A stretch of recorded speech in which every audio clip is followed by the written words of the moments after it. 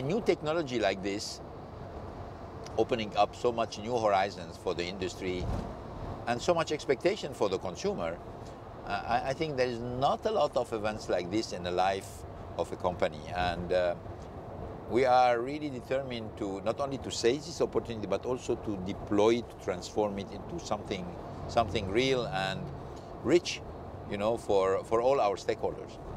Particularly when you're passionate about something, you want to make sure that your passion doesn't become a weakness.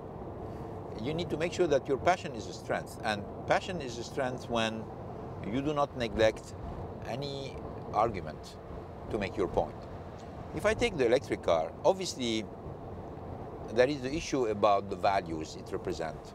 There is the issue about your conviction that you're doing good for society. You're going to be leaving something which is not going to be forgotten for many, many years.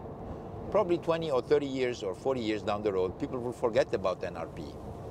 But they will not forget about the electric car if the electric car becomes a major trend in the automotive industry. You know, I think in a certain way, we are part of a generation who discovered in a certain way the importance of the environment. I mean, the 55 years old people, when we were born, the environment was not an issue, not a public issue. The CO2 was not a public problem. The emissions were not a, I mean, in all the country where I lived, you have specialists who are talking about, are sounding the alarms about the environment. The generation of our kids is much more aware about the importance of the environment and preserving the environment. And I can bet you that the generation of the kids of our kids is going to be even more radical on it.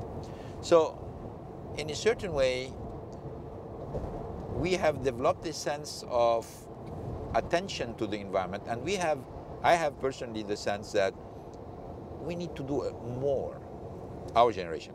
We need to show more our care for water, air, the planet, etc. So we don't give the impression that we don't care about what the next generation is going to be dealing with.